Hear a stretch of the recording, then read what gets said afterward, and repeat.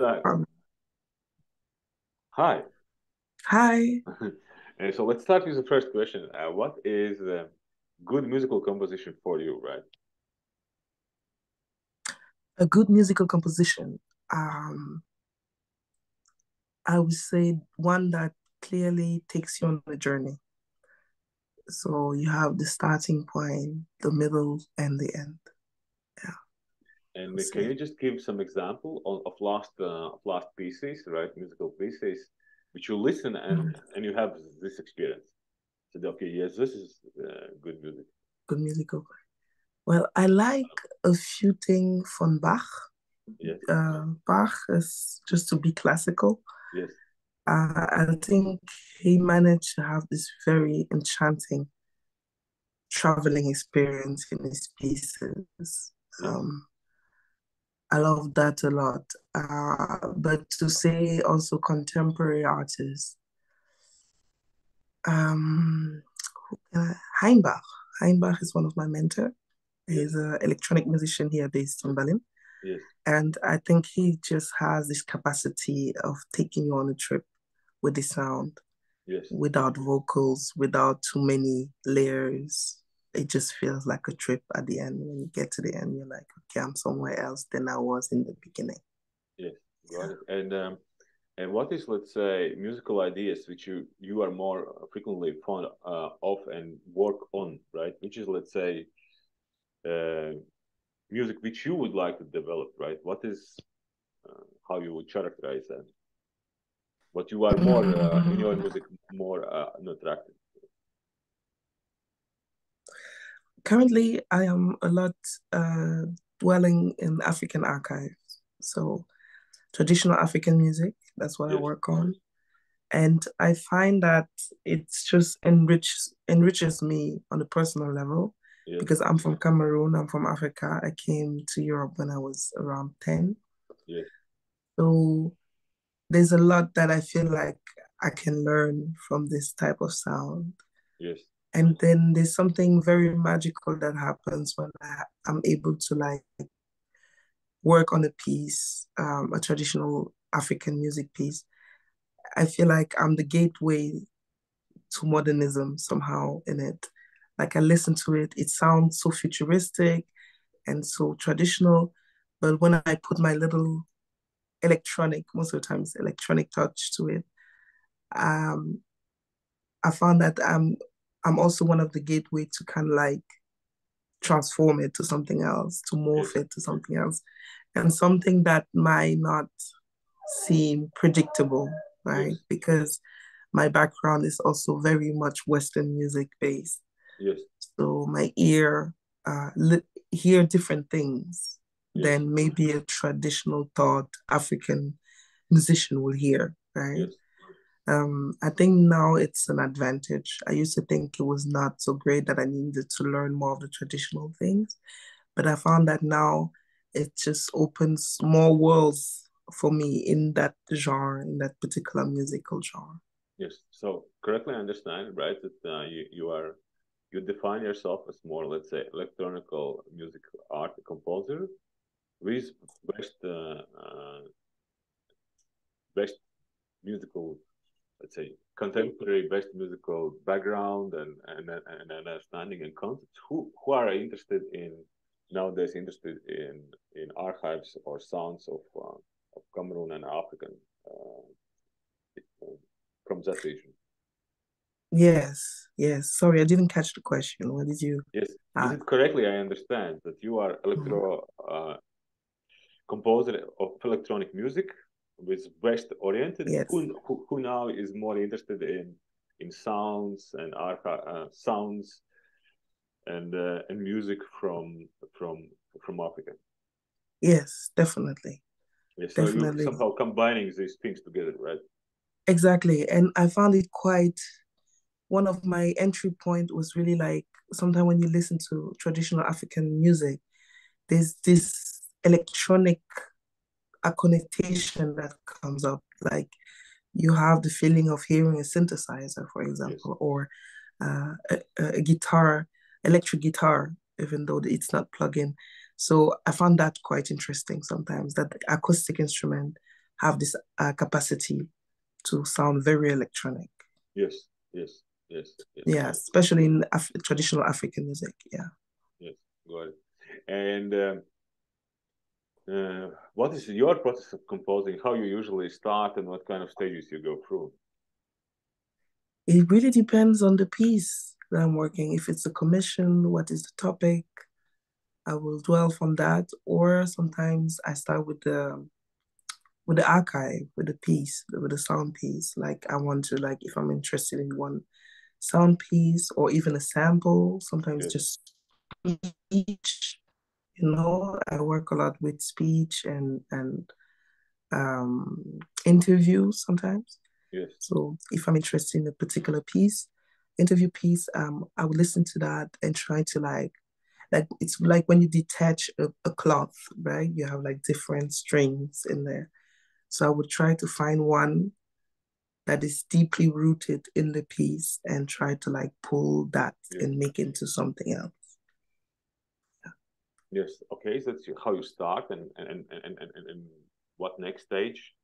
When because there are some protests, right? When Yes, there definitely are from some going to process. archive, finding some samples, and till end Yeah, with musical piece, right? yes, it's the sample first, definitely. That's why the SP404 is like the heart piece of my performance. That's where I keep all my samples. And then most of the time, it really depends. It depends on the commission. What is it meant for? That will direct the direction. Are we going more into a like abstract? Maybe sometimes even the sample is not recognizable at the end because I Yes, would just pitch it down or stretch it out.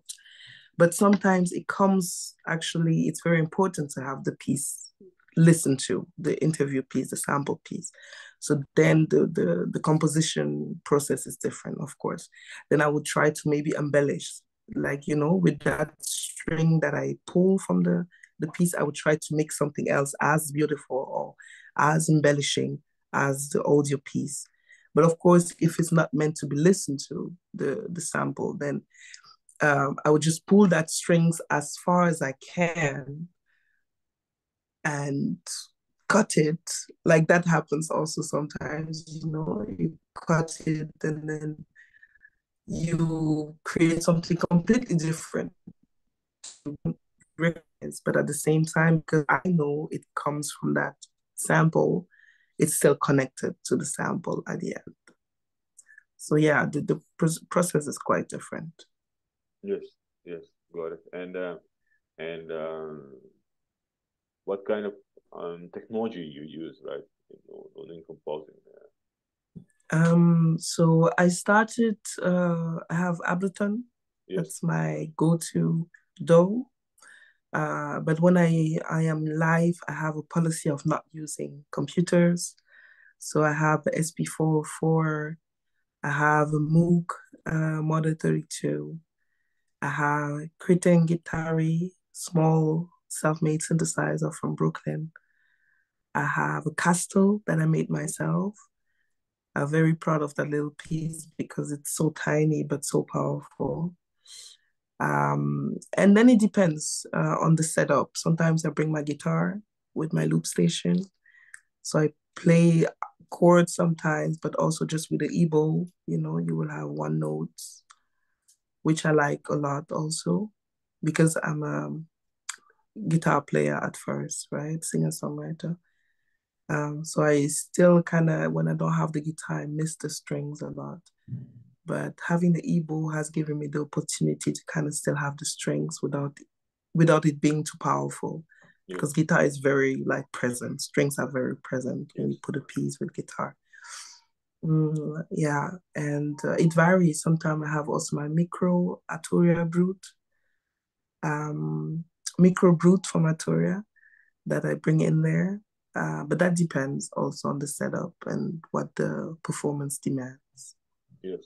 And you said right that recently only right you are interested in this archives, right? Yes. What triggered you? Right? What triggered you to go to and look for these African archives? I think it was a search of identity for myself. growing up in Germany, coming from Africa, being like one of the only African in school, having to deal with a lot of question regarding where I'm coming from that I couldn't answer, which is natural because I was quite young. And so I started recording my mom, my dad, asking questions. Then I figured out their knowledge could only go so far, right? So that's when I started recording musicians in Cameroon, elders. And then when I moved back to Europe, I discovered that there's those things called ethnologische museum in Europe, right? Who have like sound archives from all over the world. They recorded tribes, nations, people, and it's just lying in museums around Europe. I didn't know about that. So I did a very interesting piece with in Germany here at Treptower Park, Eigensinnige Leben. It was about the first human zoo. So human zoo in Germany, one that was in Berlin, in Treptower Park. And there was actually a lot of Cameroonian there. And some of them recorded some sounds. One of the most famous one was the cousin of Douala Mangabel. Douala Mangabel was a revolutionary activist against the Germans and the French in Cameroon, and he got killed by the Germans. So apparently his cousin was here in the human zoo and also died in Europe. And like you just discover so much history through files, through sound files. And then through that piece, I got to work on one of his songs. Like I was sent three of his childhood songs that he sang himself, and I turned them into magical, spacey pieces that we got to play at the Treptower Park, right, where he once was. And it's just a beautiful way for me to be part of history, I think. Yes. And in a very non-dogmatic type of way, in a very, I'm just part of the whole type of way. Yes. Yes. And right, imagine if you would live in Cameroon, right? Would your music would be different, right? Yes. That's a good question or yeah, comment. Yes, yes, I realized that. I moved back from 2012 to 2016. That's when I started doing electronic music because before that I was acoustic guitar player, really, singer songwriter. And then I realized that the guitar was just not living up. It was so mellow and so laid back. I was much more into the storytelling way, like Tracy Chapman was one of is still one of my biggest influences. But there it didn't match up to the rhythmicality of the big city of African metropole and the loudness, the chaotic, the smells, the intensity. So that's where the synthesizer came, literally. I started looking for ways to be more present, ways to be more heard and seen also. I did some research, and unfortunately, in Cameroon, you can buy like synthesizers. So I had to come back to Europe. I always did trips. I learned on my computer and then research which one I wanted. And then when I came to Europe, I bought that and went back to kind of study it. And yeah, that's basically when I realized like, oh, I sound white. I sound like my music sound really white, you know. And when I say white, it's more about like it didn't have a lot of nuances. The microtonal notes were not present.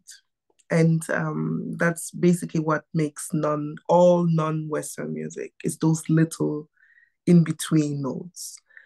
So I started learning how to read notes, trying to understand, to grasp it. And at one point I realized that's not the way.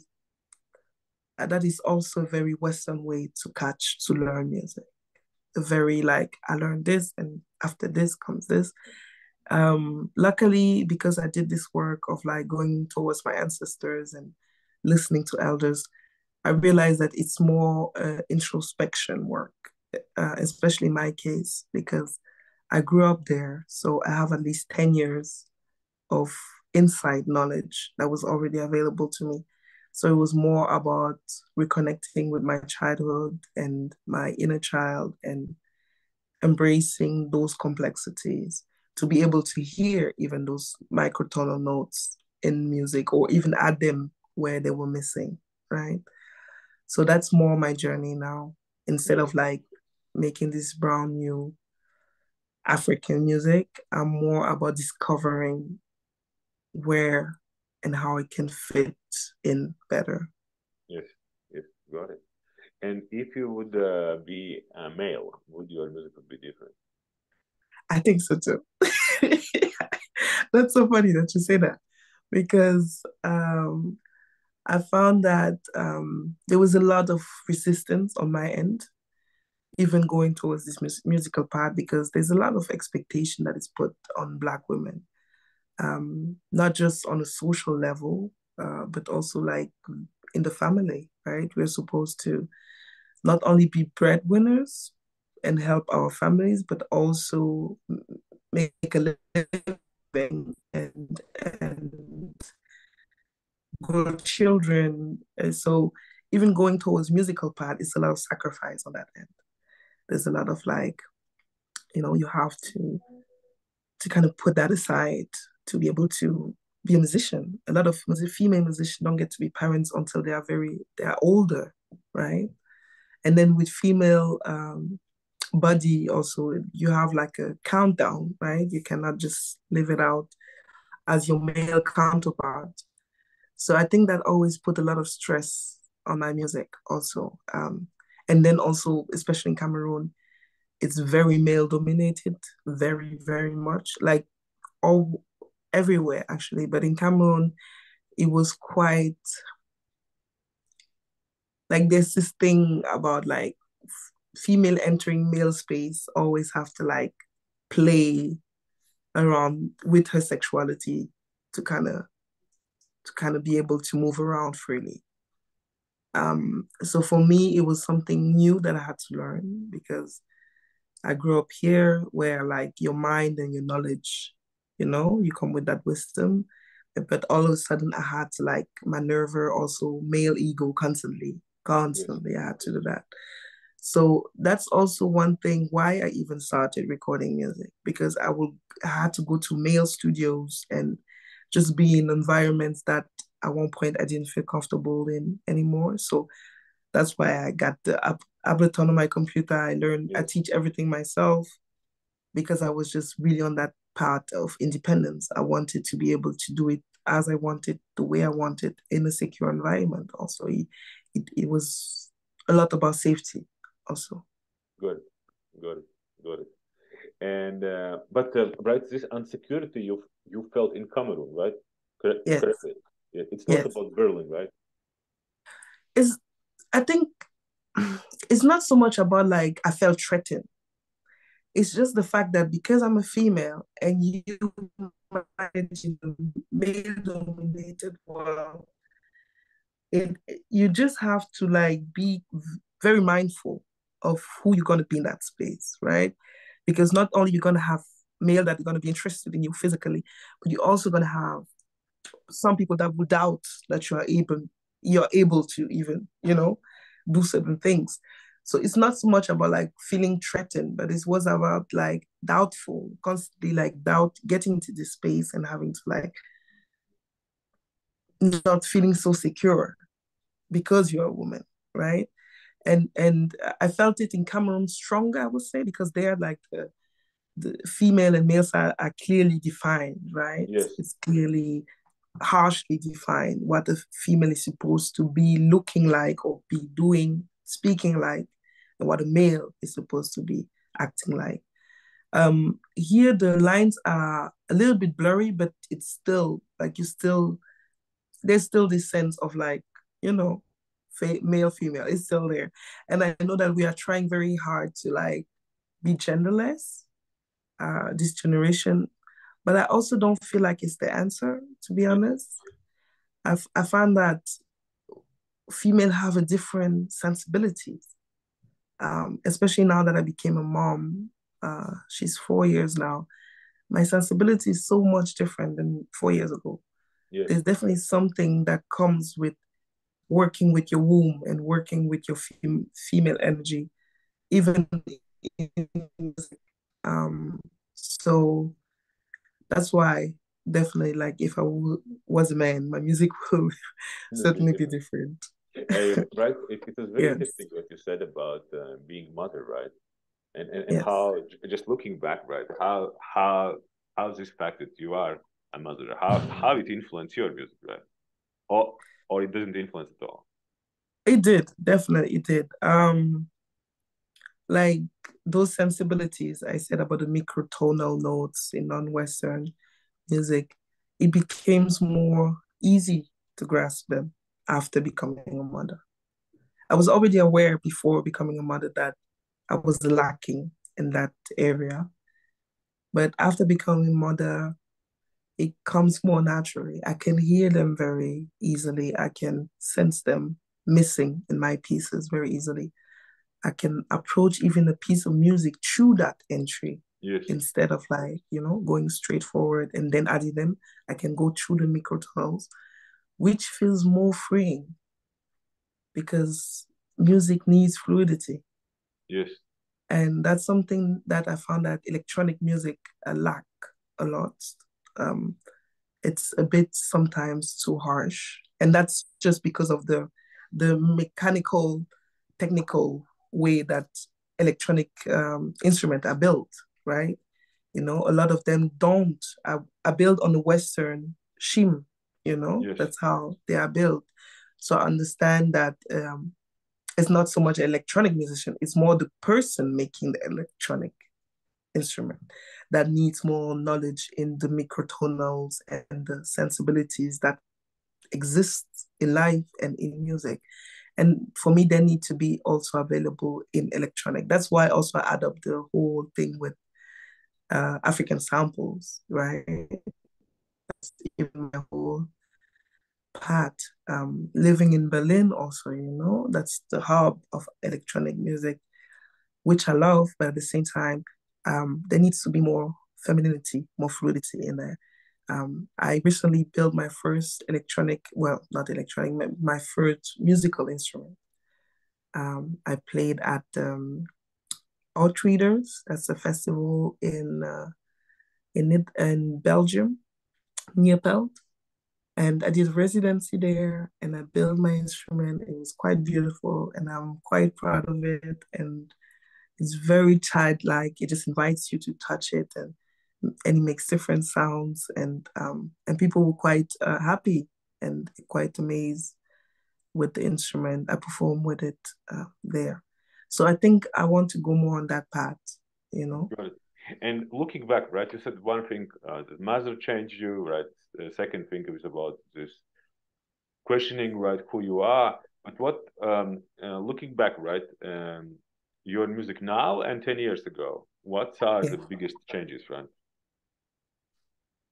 The biggest changes. Electronic.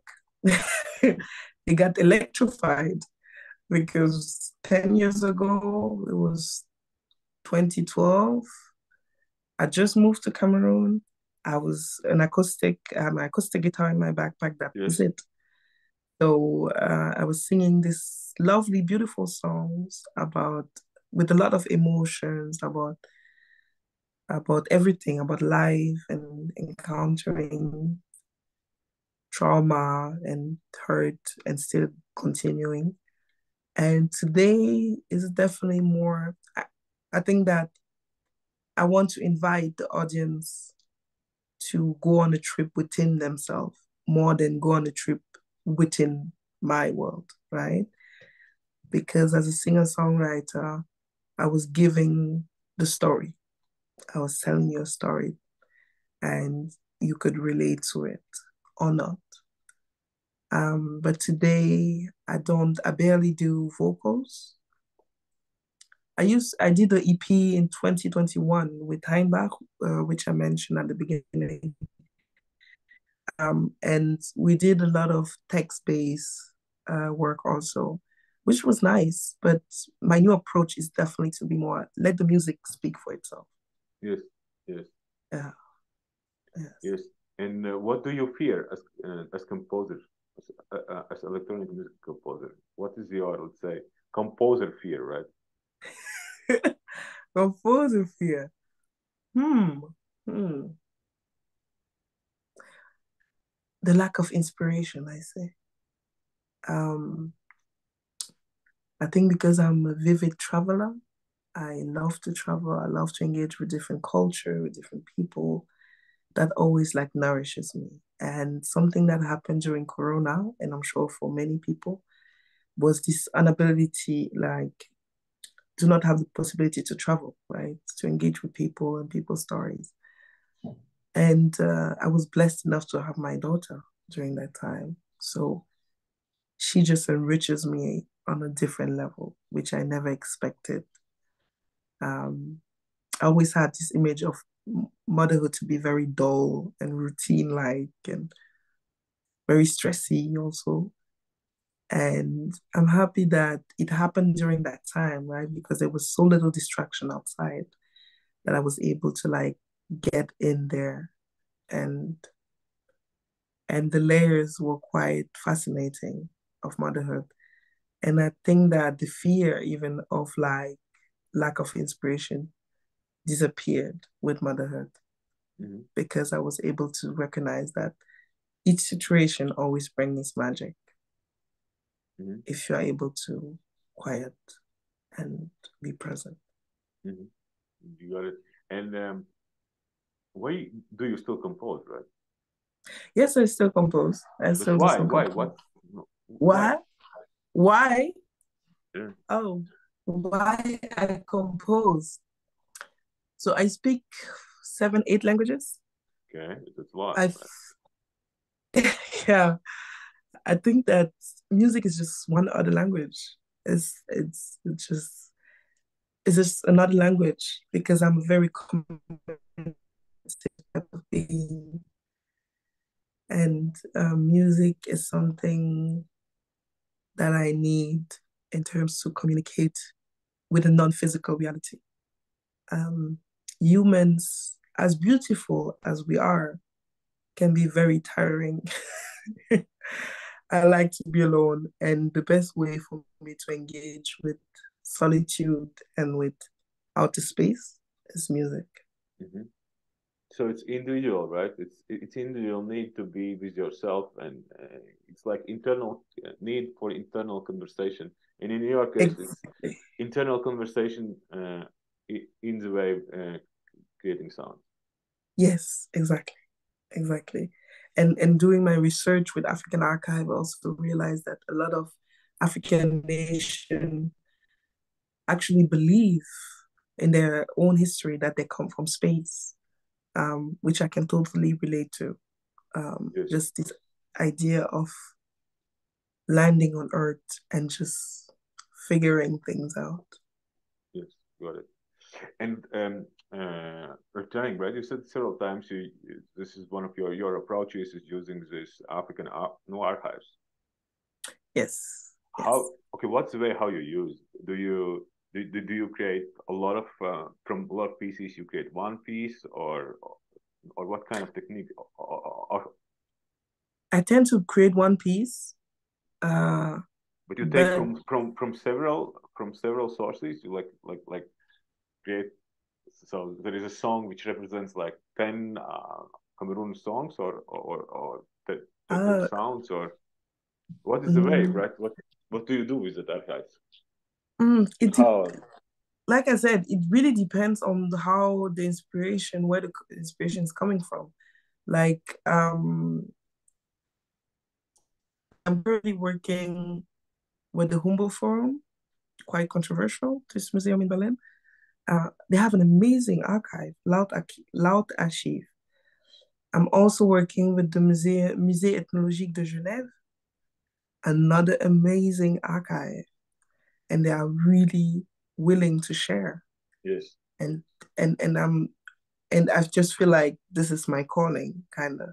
Yeah. I am a musician. I'm from Africa, but also from Europe, And I just also I want the people to be able to engage with those pieces because barely anybody knows that you can Yes, actually can go you just into this. give some examples, some two maybe or three examples of your pieces? You go to the archive, what you do there, right? Mhm.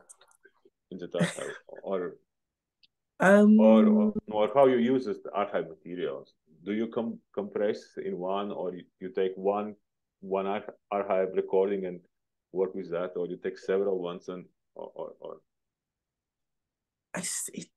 that is so different, Matters. It's very like different. It depends on what I'm actually looking for that yes. day. Like if I have a commission, right? Oh, okay. For Sometimes, example, last piece, right? Last yes. piece. So that very concrete, right? Okay. The last piece I worked on, which was, let me think, because I've been doing so different. I just documented a festival in Cameroon, a residency.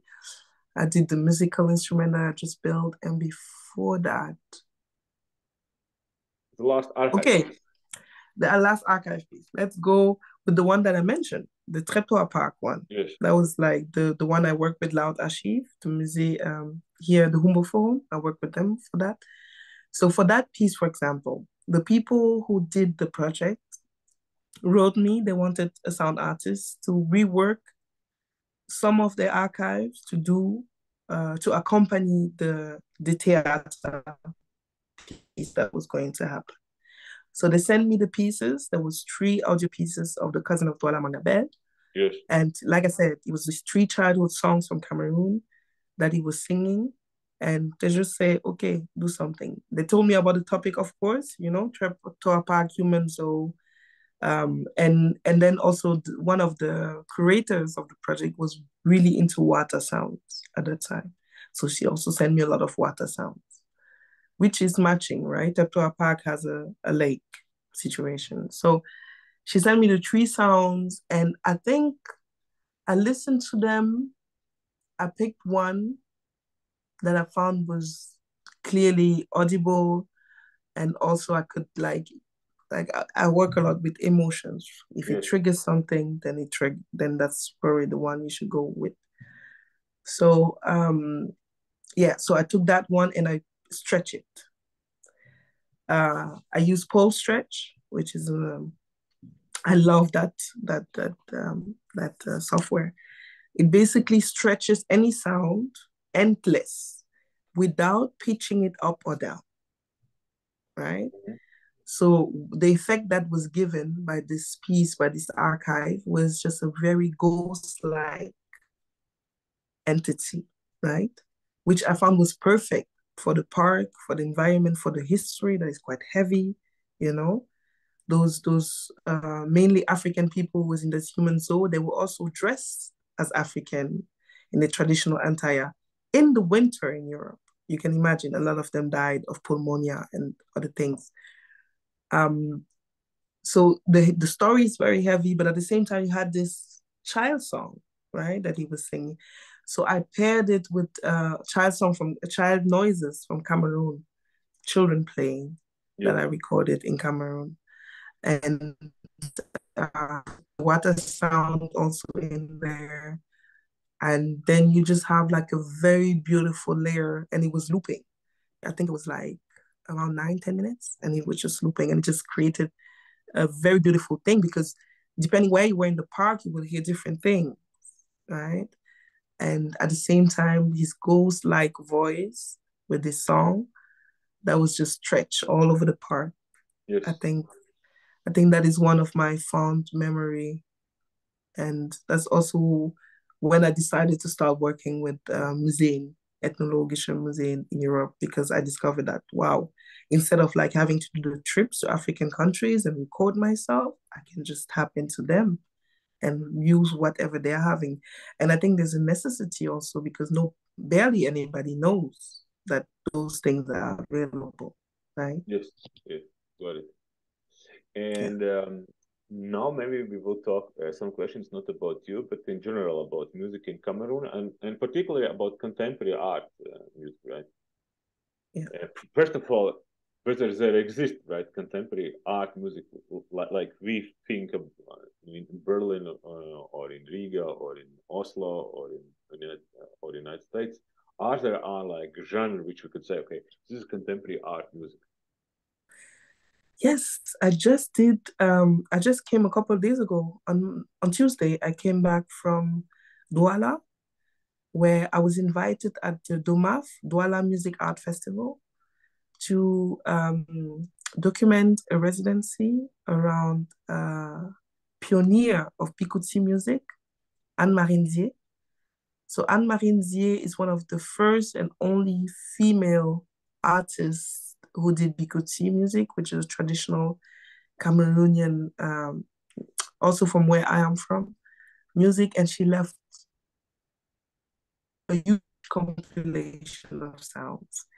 And there was these two amazing artists, Gaël Wanji and Daniel York, who basically took three songs from her and transformed them into contemporary music and performed them at the festival. So I Yes, recorded the whole process of them in the studio together, finding new chords, and then having musician sing with them, and then the last show on Sunday. So that project that I did is definitely going to be my entry point also into binding like traditional music and into contemporary sound, yes, and also creating a platform for those type of artists because there's a lack of income because yes, they do really particular music that is not played at bars and yes, for people to kind of like entertain themselves. It's very hard for them to exist, right? yes, So my hope is that I will edit the work next week, and we are already showing it in Köln, Stadtgarten Köln, on the 25th of November. There's a festival that asked me, and to promote this type of sound and promote this type of music also to show that Africa is diverse. It's very much diverse. We just don't have the very loud drum sounds. We also have the simplicity, the lightness, and the sensitivity yeah. But there with is there scene, right? Is there, are there organizations, artists, yeah, there composers? are.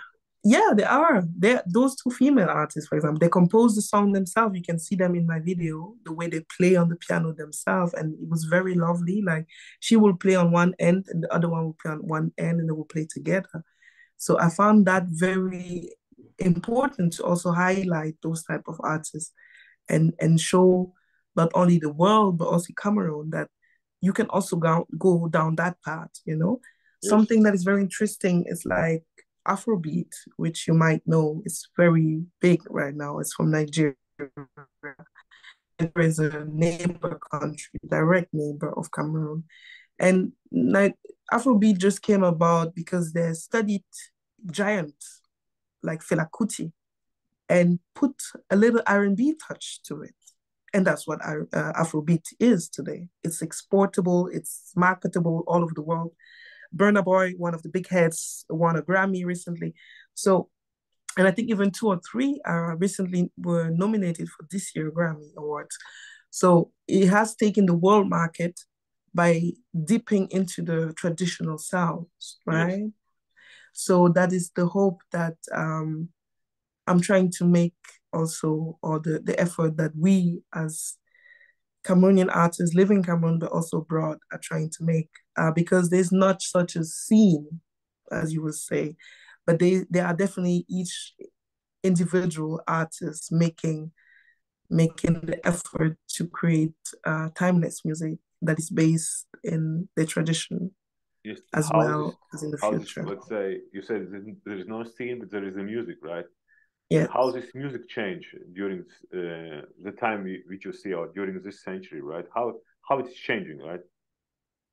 It is changing. Of course, it is changing. I think it's good. I don't Is it see. becoming more technological? Is it becoming Yes, more mixing with the West, or it's becoming more with dance and media and it's visual? Or definitely more electronic, which I embrace. Right. That has been my part coming from an acoustic and then adding the electronic instrument in there. It's definitely becoming more electronic. One thing that is hard to do in Africa because of the lack of electricity, we still have like electricity cut regularly, even while I was there in that 1 week span, right? Sometimes you can work in the studio, no electricity, or then you have like you have to find alternative ways that also cost a lot of money, which is insane because we have the sun. You could just have panels, solar panels, and rock it. But it's still something that it's taking a lot of time to come to the continent somehow for different reasons. But it's definitely becoming more electronic. It's mixing with the West, definitely, because Africa is very much digitalized. Everybody has a phone connected with internet, with the West, with Facebook on it.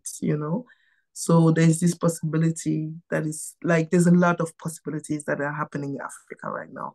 Yes, Also because of that, yeah, also because of that technology that is coming in, right? yes. Because And who is Africa listening? has always been rich. Yes. And who is the Sorry? audience? And who is the audience of that Who is music? the audience? That is what we are trying to create. That is basically what we are trying to foster because music education is something that happens very young, right? You cannot, like, you have to build the audience. You have to educate the audience also. Like currently in Africa, it's a lot of, I won't put out the whole continent. It's 54 countries that are super huge, right? But in particular for Cameroon, what is happening there, what I see is like a lot of music um, that has been pushed the last couple of years. It's very much dancey. It's very much loud. It's very much super present, right? So there's this lack of like lightness, which is very much non-Western. These microtonal notes, this sensibility around music, right? Not this one tact, 1/4 tact, you know? It's very not African. Like when you look at the traditional sounds, it's Yes. like the 6/8, the 12/8. That's what you encounter, for example, in Bikoti music, which I study and I did the whole research on.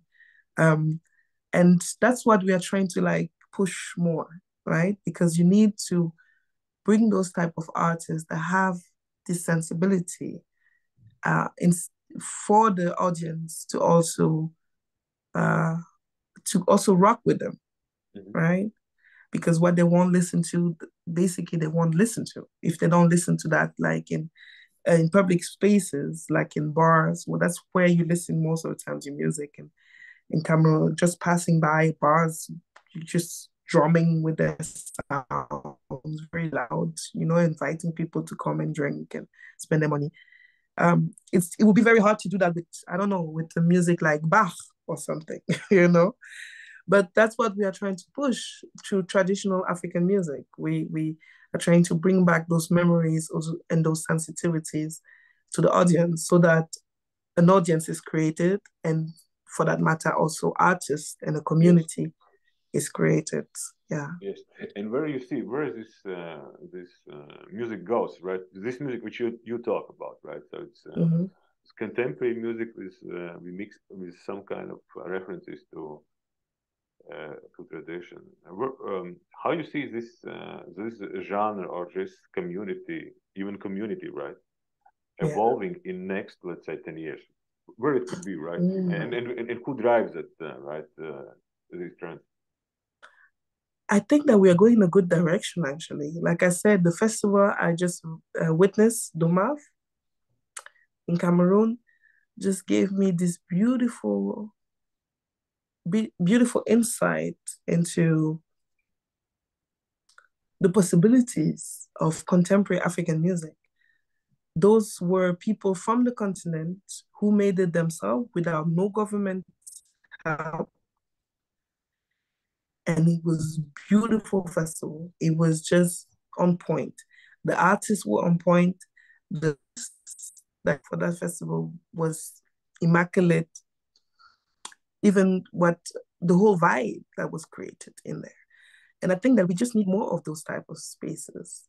I Yes. need to be able to to help those type of places flourish so that the music in Cameroon and in Africa can also see that, oh, I can make this type of music and still find an audience, still find a stage for me, because that is the hard part. As a musician, when you do music, you want to be able to share it with people, Yes, yes, right? That's right. the main thing. Yes. And if you don't have an audience, it makes no sense. And what is the role of that music? This is the last question. What is the role of that music, right, which you in the Cameroon Mhm. society?